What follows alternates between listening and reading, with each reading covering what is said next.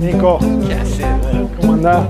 Bien, vieja. Mucho que no te veía. Sí, ¿no? ¿Cómo andás? Menos de 10. Gracias por venir. Bien. Bien. ¿Charlamos un ratito? Dale, dale. Vamos. Ahí está. ¿Todo bien?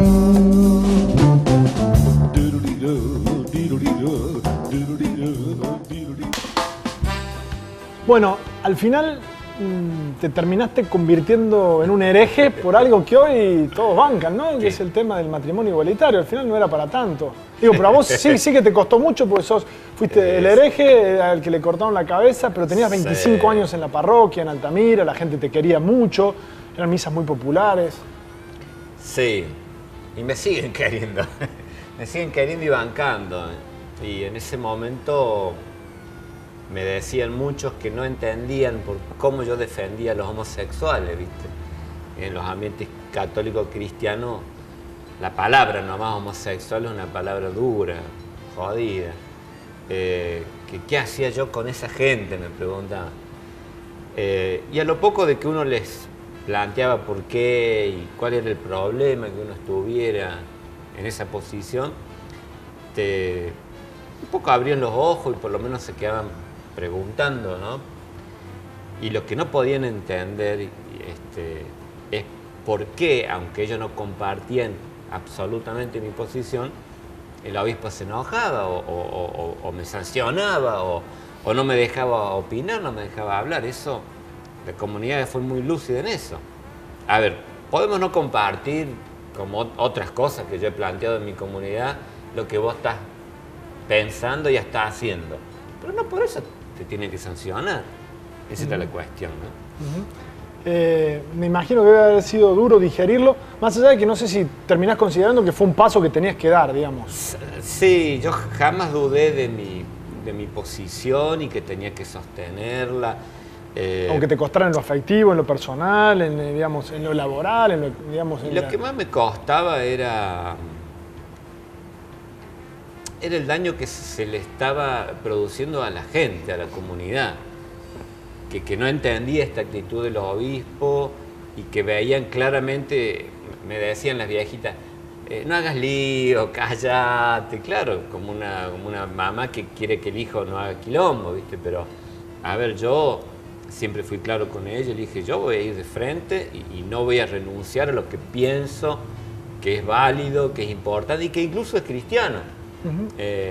Y eso la gente lo sufría porque veían el desenlace. A lo sacan de acá, de mínima lo sacan de acá, ¿viste? Lo mandan a cualquier parte. Acá no lo tenemos más. Y bueno, así fue. Y eso es muy doloroso cuando uno trabajó 25 años en un lugar con la familia, con los chicos, con los ancianos, ha estado acompañando a enfermos, viendo nacimientos, rezando por el que se muere. Es feo, es complicado. Nicolás, vos venís de una familia, digamos, de un padre que formó parte de la resistencia peronista, hasta donde sé, pero que también, digamos, tiene buena parte, son 11 hermanos, son, digamos, una familia grande, que también tiene una vinculación muy profunda con la iglesia. ¿Por qué elegiste meterte en la iglesia, por ejemplo, y no otros caminos de militancia en la política partidaria, por ejemplo? Bueno, fue realmente una opción que se planteaba así. Yo tenía claro que tenía por delante que jugarme por la justicia, la dignidad de las personas, los pobres. Estos eran los temas que se hablaban cotidianamente en mi casa. Y a veces con discusiones entre mis tíos y mis viejos que eran de película, de novela. ¿Viste cuando se dice de política no se habla? Bueno, ahí se hablaba y era para quilombo. Pero uno mamó esta preocupación por lo que está bien, lo que está mal, lo que es justo, lo injusto, el atropello a la dignidad humana.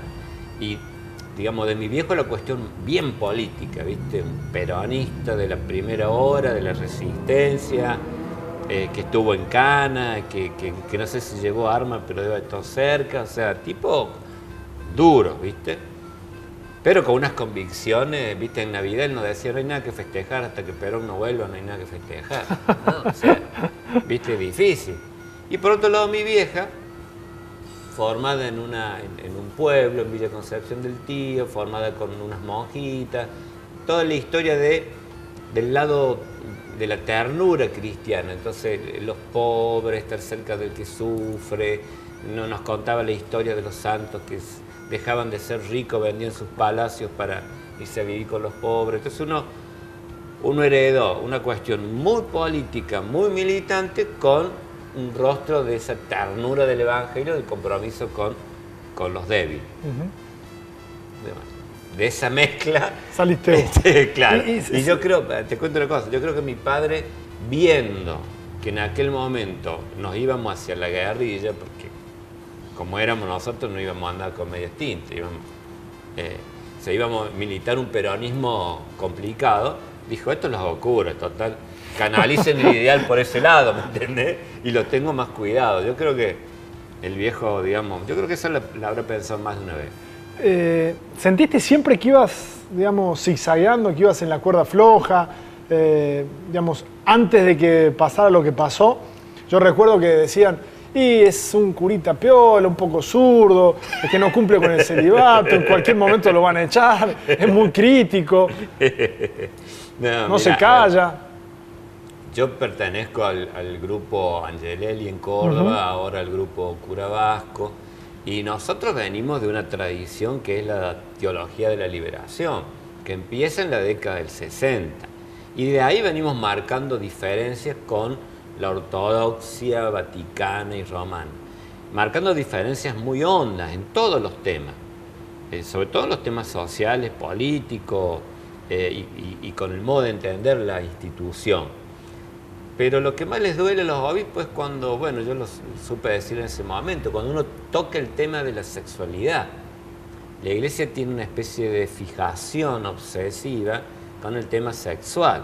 ¿Por qué? No, bueno, claro, no porque sí, porque es un tema que toca las fibras íntimas de las personas, lo sepan o no las personas, pero la sexualidad te invade. Entonces, cuando vos controlas eso, cuando vos manejas eso, cuando vos tenés la última palabra de lo que se puede, no se puede, se debe, no se debe, está bien o está mal, tenés un poder tremendo. Entonces la Iglesia sabe que ese espacio de poder que es la sexualidad humana le pertenece y no lo negocia.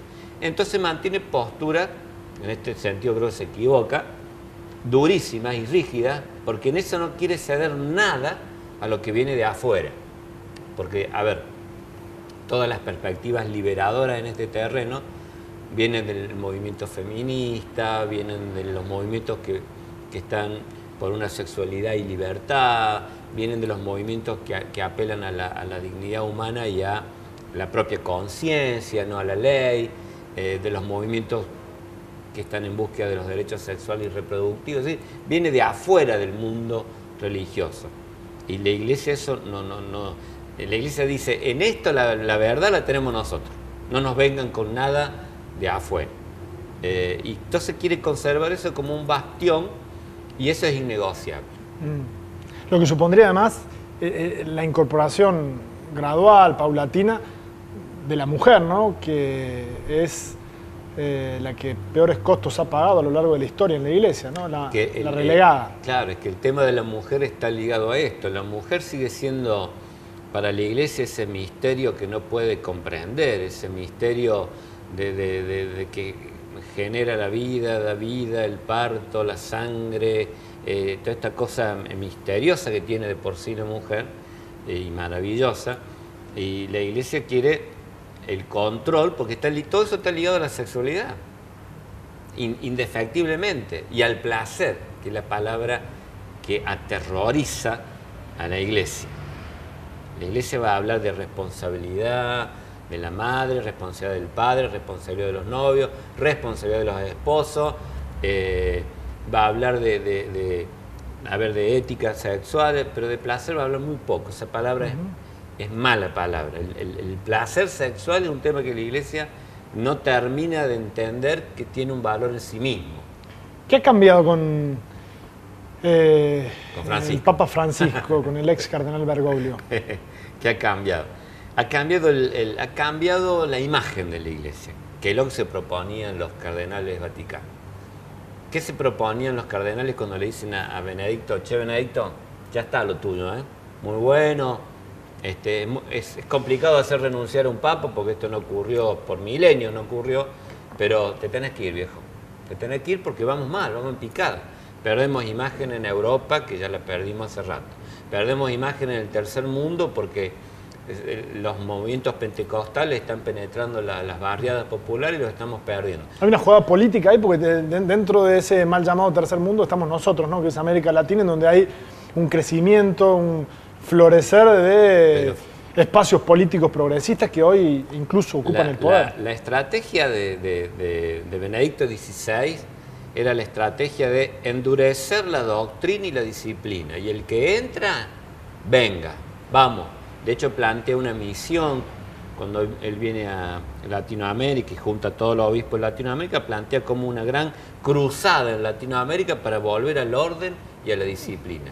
Esa estrategia reventó a la Iglesia y a la imagen pública de la Iglesia. Ya no servía esa estrategia. A lo que hay que sumar los escándalos de los curas pedófilos y los escándalos financieros del Vaticano. En ese contexto, los cardenales, que ninguno come vidrio, necesitaban una figura como la de Francisco. Le dijeron, pero lo obligaron a renunciar. Algo inédito, un papa renuncia, pero no, que estaba medio enfermo, cansado. Sí, todos llegan enfermos y cansados. Pero analizado en términos de lo que es la Iglesia, en el contexto de la Iglesia católica en el mundo, ¿Francisco es el papa de corte más progresista que ha tenido la Iglesia o no? Es mucho decirle progresista. Yo creo que es encuadrándolo dentro del contexto de la Iglesia, ¿no? En donde un movimiento hace enojar a lo más recalcitrante de Roma, aunque a nosotros nos parezca poco. Yo creo que es el papa que tiene la mejor imagen. Ha logrado por mucho tiempo, mirá que Juan Pablo II tenía buena imagen, ¿no? Pero era polaco. Este es latinoamericano, festivo, le gusta, es de San Lorenzo. Algunos dicen que es peronista. Claro, el Papa peronista, es de Guardia de Hierro. No sé si es peronista, pero es de Guardia de Hierro. Era el Papa que necesitaba la Iglesia, y sobre todo en Latinoamérica. Porque un continente que tenía travesuras muy difíciles de tragar para la Iglesia. Hablar de socialismo en Venezuela, en Bolivia, en Ecuador. ¿Qué es eso del socialismo en Latinoamérica? Eso a la Iglesia le huele mal, le huele absurdo. ¿Entendés? Por otro lado, en Latinoamérica y sobre todo en Argentina empiezan estos movimientos de el matrimonio igualitario, identidad de género, o sea, la ideología de género, que para la Iglesia es algo nefasto, y lo ha dicho en documentos. Esto empieza a extenderse también por el continente. Y encima el juicio a juntas militares. Esto es inédito. Lo que hace Argentina se proyecta por todas las dictaduras del continente y es un camino a seguir. Todo eso a la Iglesia le preocupa. Si lo mira con mucha atención, porque realmente le preocupa.